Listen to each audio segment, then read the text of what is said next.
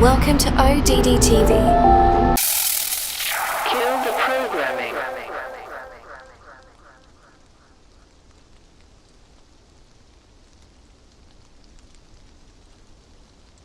The Earth is officially classified as an oblate spheroid, meaning that it's bulging at the equator and it's flattened out at the poles. Here's a short clip with Neil deGrasse Tyson. So Earth, throughout its life, even when it formed, it was spinning, and it got a little wider at the equator than it does at the poles. So it's not actually a sphere, it's oblate, and officially it's an oblate spheroid. That's what we call it. But not only that, it's slightly wider below the equator than above the equator. A little chubbier. A little chubbier. Yeah. Chubby's a good way. It's like pear-shaped. So apparently it's a pear-shaped oblate spheroid. Sounds fine to me, but there seems to be issues when NASA puts out images of the Earth. They're always perfect spheres, and some of these are claimed to be single shots. Not only that, but the images that NASA gives us are never really consistent. Here's 3 separate NASA images of the Earth, and North America is a different size on each one. Come to find out that NASA photoshops their images using CGI composites. In 2002, Blue Marble 2.0, NASA's Rob Simon made this. And it had wide appeal too. For example, it ended up as the default background on the iPhone. So the land layer here comes from the Moderate Resolution Imaging Spectroradiometer aboard Terra. They stashed the clouds for later, went onto the ocean. That came from an instrument that measures phytoplankton in the sea. Where it was low, I colored it dark blue because they're low mostly in mid-oceans. And then where it was a little bit higher, it was like a little bit brighter green. Then add the clouds back in. It is photoshopped, but it's has to be.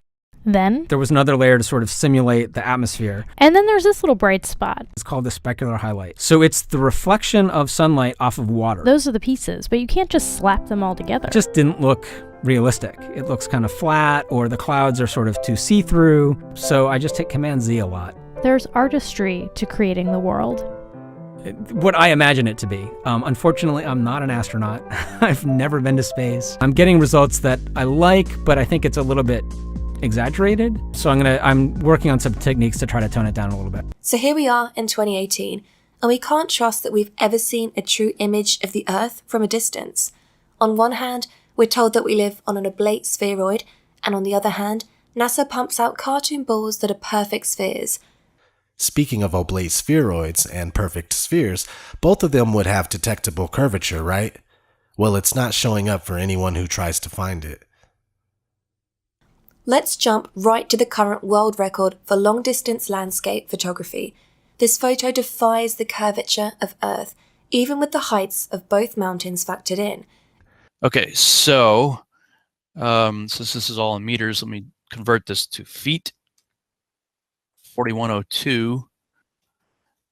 That's 13,458. Again, that's what Bill said. 13,458 was the elevation for the distant mountain range. And from this other place right here, which is at 2820. And just to confirm, yep, 9251 and change, so 9252, let's just say, round it up. That's the altitude of the photographer. So we go to, let's just go ahead and copy that. Go to the Earth curve calculator here, everybody likes to use. And let's say that's the height of the observer. 9251.969, and the distance at 440 kilometers away. Let's do this as kilometers and miles. 273.403. 273.403. So what is supposed to be hidden? According to this, the horizon is at 117.79969 miles away. According to this, if you're here, this is at that altitude, your horizon is going to be at 117.8 miles away. And the target over here should be 16,140.1805 below your ability to see it. So let's do something else here. We'll use a little calculator here and see what the difference is. 16,140.1805. Subtract the height of the mountain, which was again 13,458.005. So if I'm understanding this correctly, then the top of that mountain range should be 2,682.1755 feet below the curvature. In other words, about a half mile below the ability of the observer to see it. 273 miles away. It's mind-blowing. From point A to point B, the shortest car ride would be 8 hours.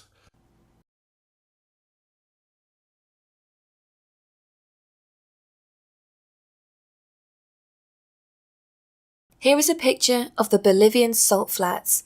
This is over 4,000 square miles and is called the world's biggest mirror. This place is so flat that it defies the curvature of the Earth. There are many instances of people documenting the non-existence of curvature. These are just a couple of my favourites. Another way we know that curvature doesn't exist is because of amateur balloons. This one reached a height of 121,000 feet, and you'll notice that the horizon is at eye level.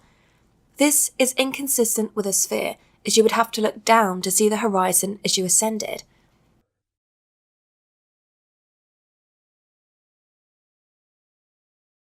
Let's watch another high-altitude balloon. It's always flat when you're not using a fisheye lens on the camera.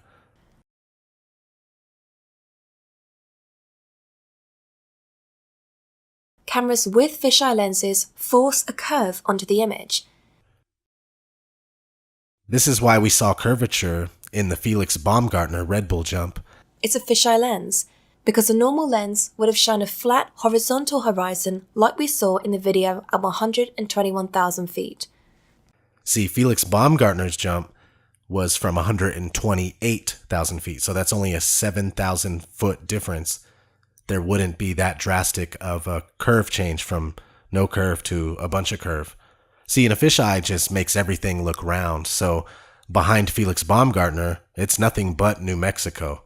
And I'm pretty sure half the Earth, or, 75% of the Earth isn't covered by New Mexico. So a popular belief that is constantly used as proof for the globe is boats disappearing behind the horizon. But this is actually just an optical illusion. Humans can only see so far. But with super zoom cameras like the Nikon P900, or even just a telescope or some binoculars, you can bring back ships and boats that have appeared to go over the supposed curve of the Earth.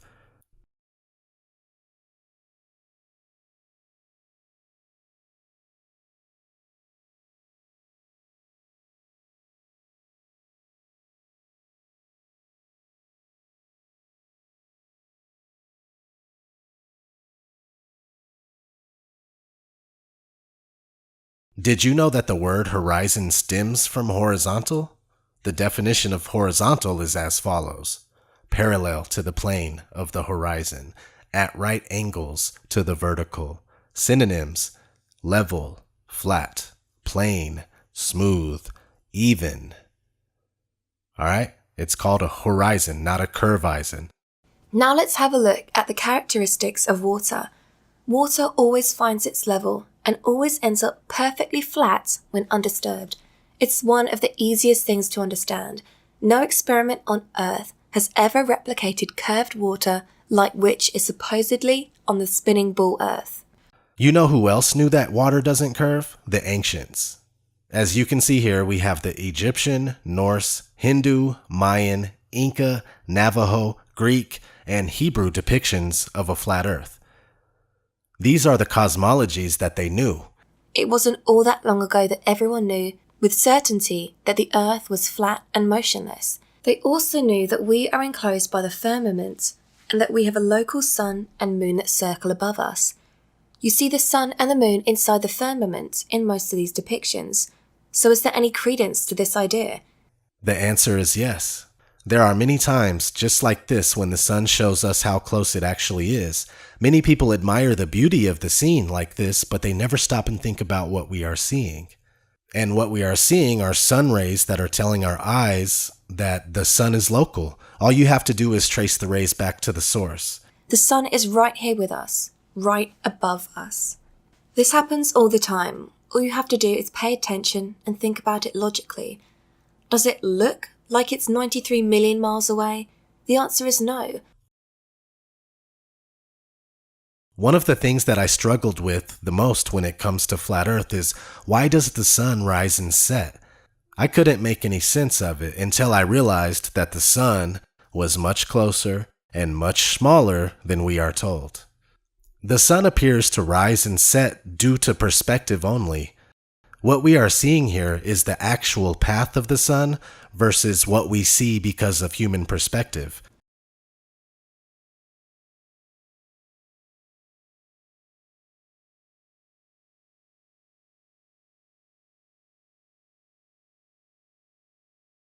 It seems as if it's rising and setting, but it's just coming and going. It's the sun as well as the moon that do the moving across the sky. The Earth is not moving whatsoever. Also, you see here that the sun does, in fact, shrink as it gets further away, but only if the atmospheric conditions are right. When it's really humid, the sun gets magnified.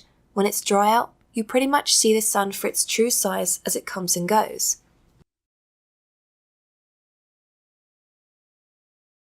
Now let's talk about the moon. Here's a normal moon in the night sky. We are told that the moon is 238,000 miles away. The funny thing is that the Tycho crater, which is said to only be 53 miles in radius, is perfectly visible to us from Earth at this distance.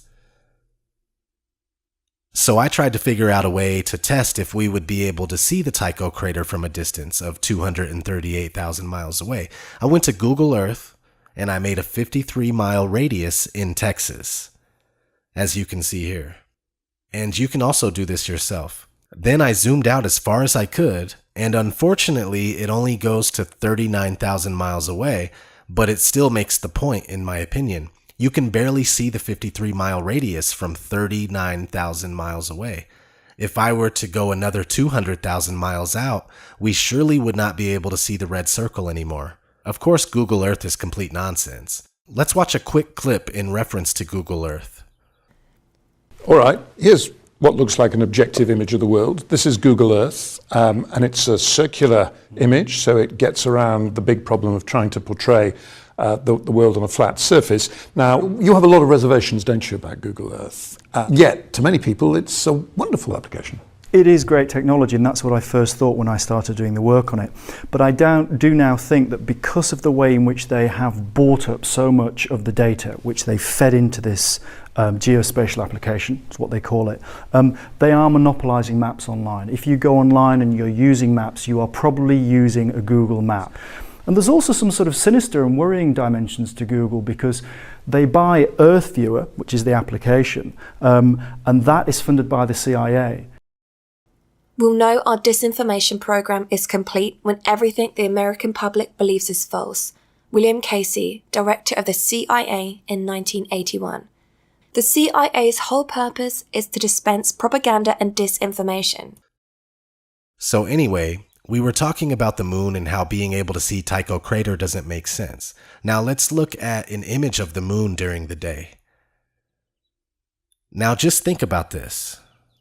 Why would we ever see the moon during the day?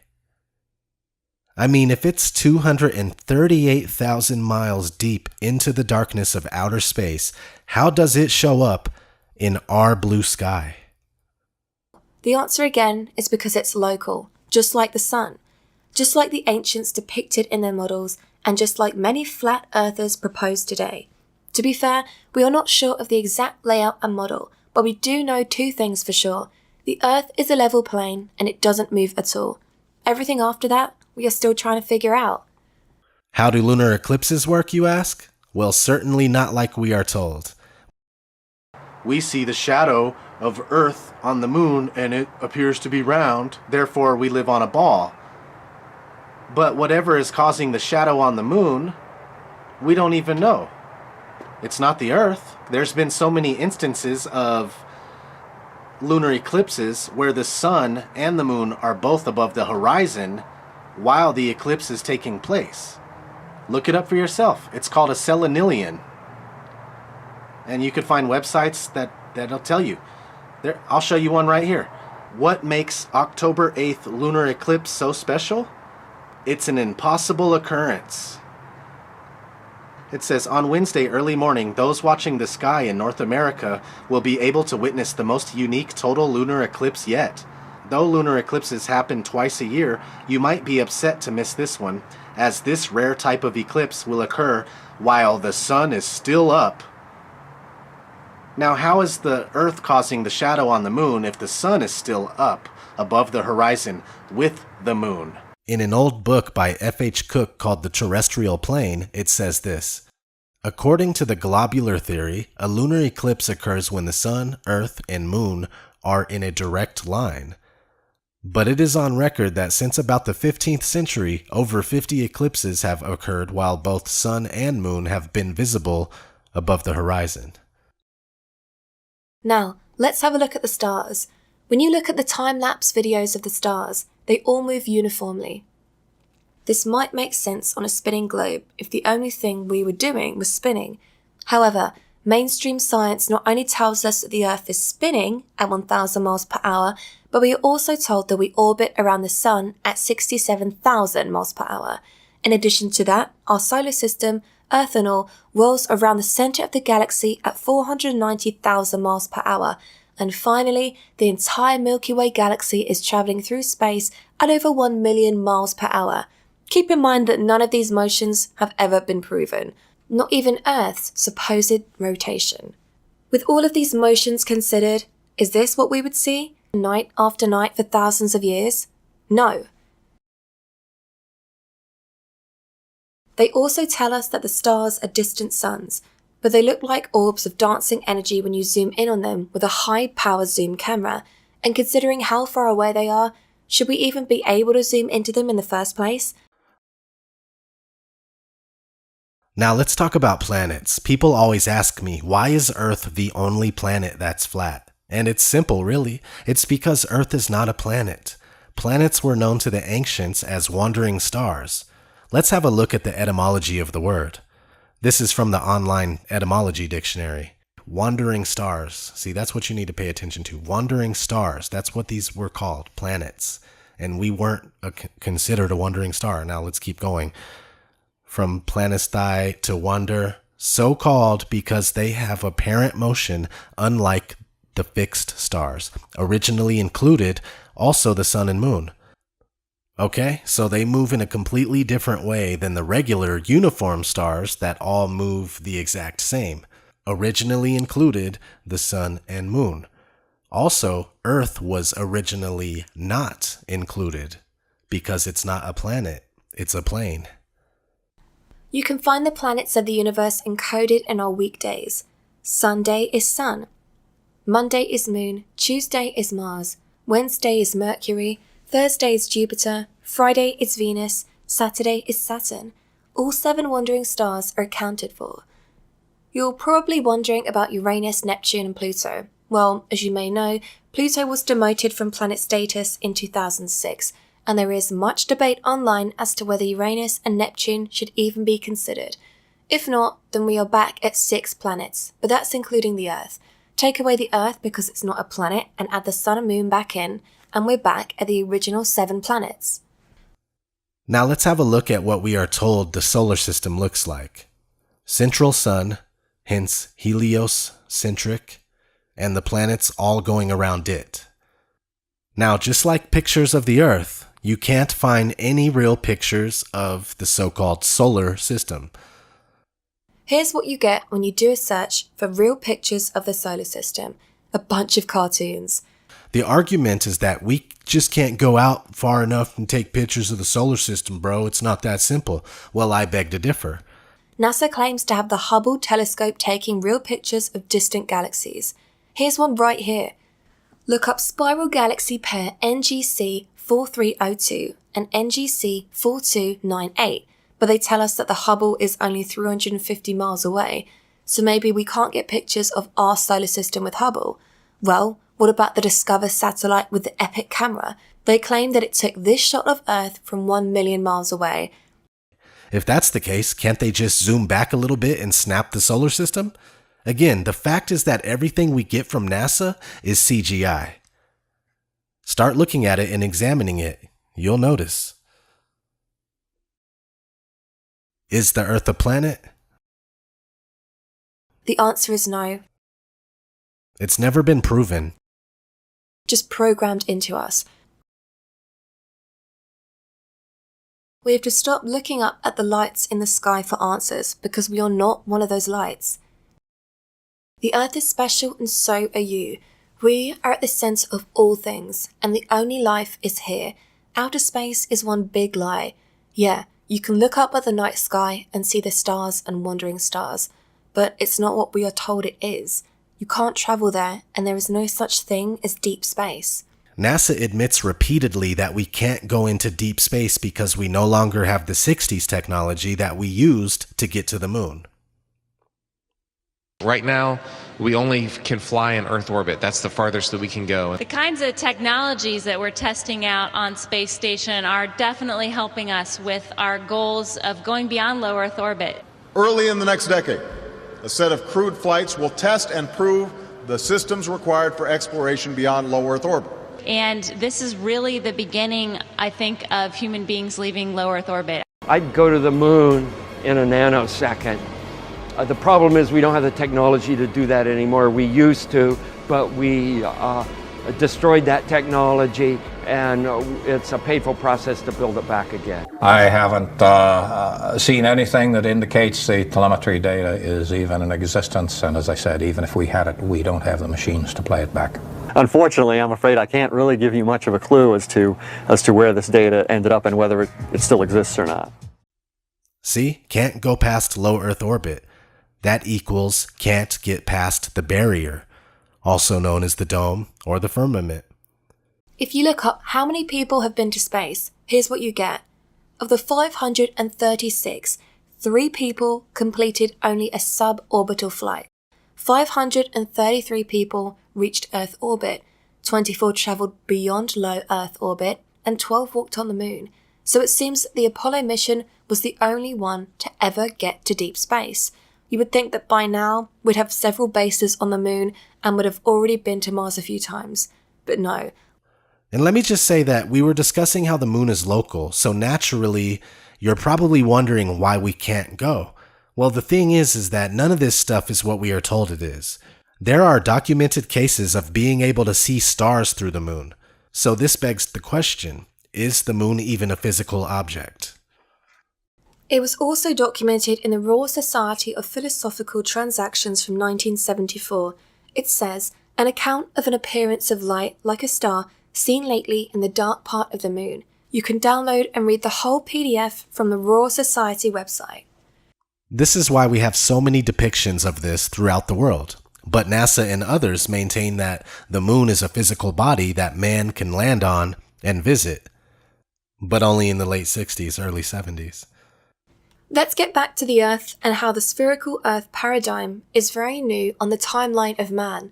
Again, here is a few of the cosmologies of the ancients. The people of today have been taught that many of these ancient cultures were primitive and stupid. The fact is, they were more in touch with reality back then.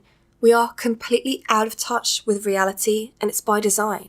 So, we have all those, and here we have a 1542 depiction with Earth in the centre, followed by the 7 planets of the universe, aka the wandering stars, and finally, the firmament. This is also called the crystalline heavens, the place of the fixed stars. This is around the time the Society of Jesus, or the Jesuits, were founded, in 1540. They are largely responsible for the spread of heliocentrism. Notice the sun in their logo. It's because they are sun worshippers and want nothing more than for all of humanity to also worship the sun. Here is what the Earth was depicted like thereafter. This was created by a Jesuit scholar in 1665.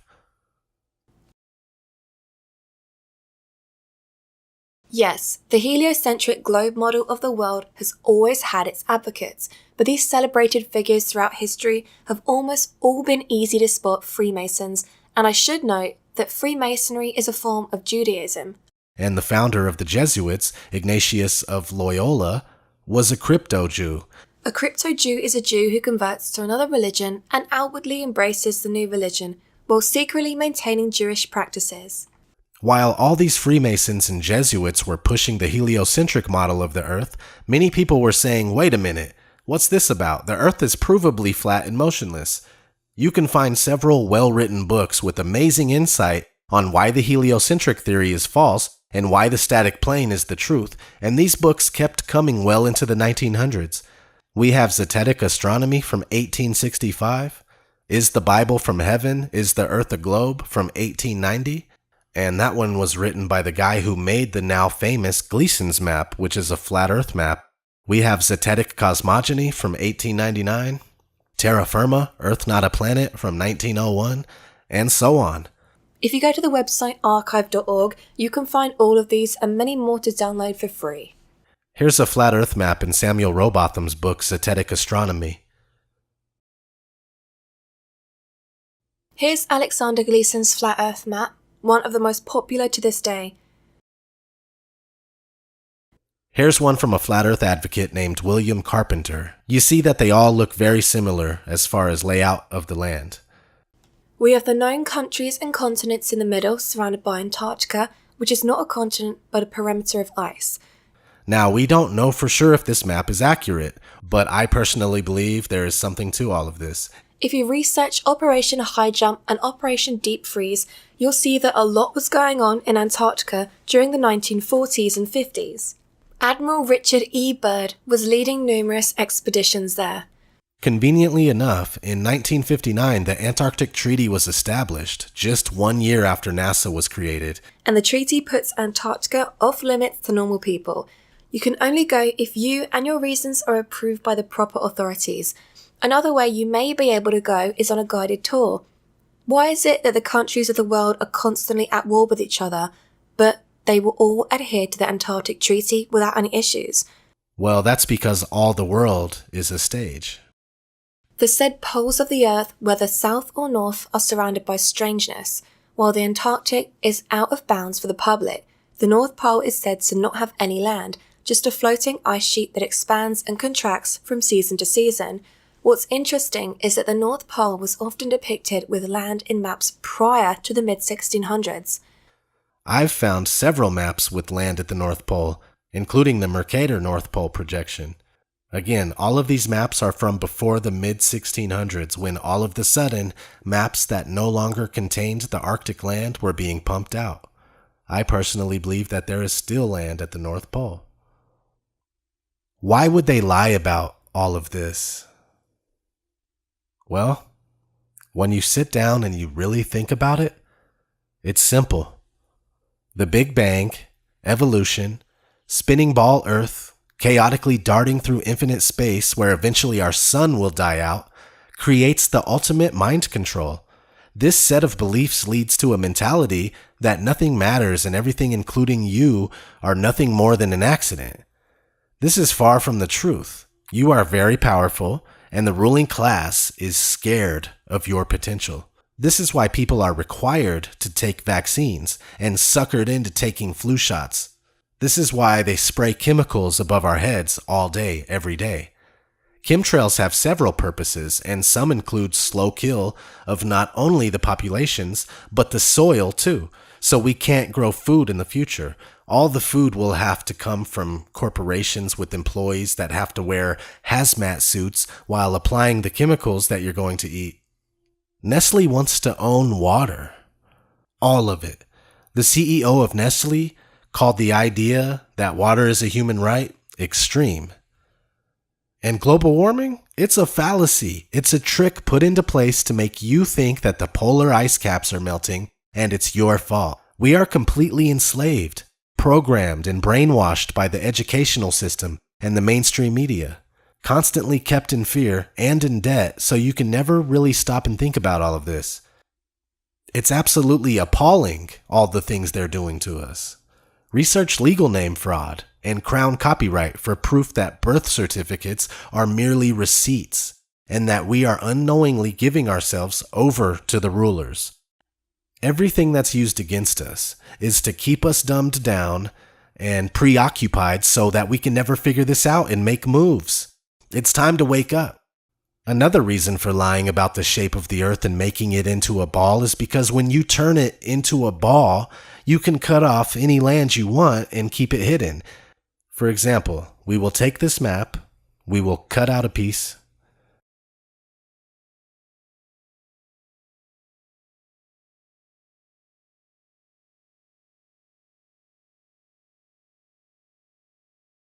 and we will take this flat piece and wrap it around a ball. Now, this is where I tell you that this is all there is. You can only go to destinations that are on the globe because you now believe that's all there is. But we still have all the land that I cut off earlier. It's seriously that easy, and when you consider it, it really is a plausible reason to lie. Everything in this world seems to be nothing but lies, and if you're alive right now, you are living in a very exciting time where the truth is being unveiled. Did you know that the word apocalypse actually means to uncover or reveal? Since that's the case, we truly are living in apocalyptic times. This has been ODD TV. Thanks for watching. Thank you for watching ODD TV. Please explore more videos here on Odd Reality to learn more about the deceptions of the world. I wanna stand up and shout that the Earth's flat, flat, flat, get over it. The Earth's flat, flat, flat, get over it. Earth's flat, flat, flat, get over it. Get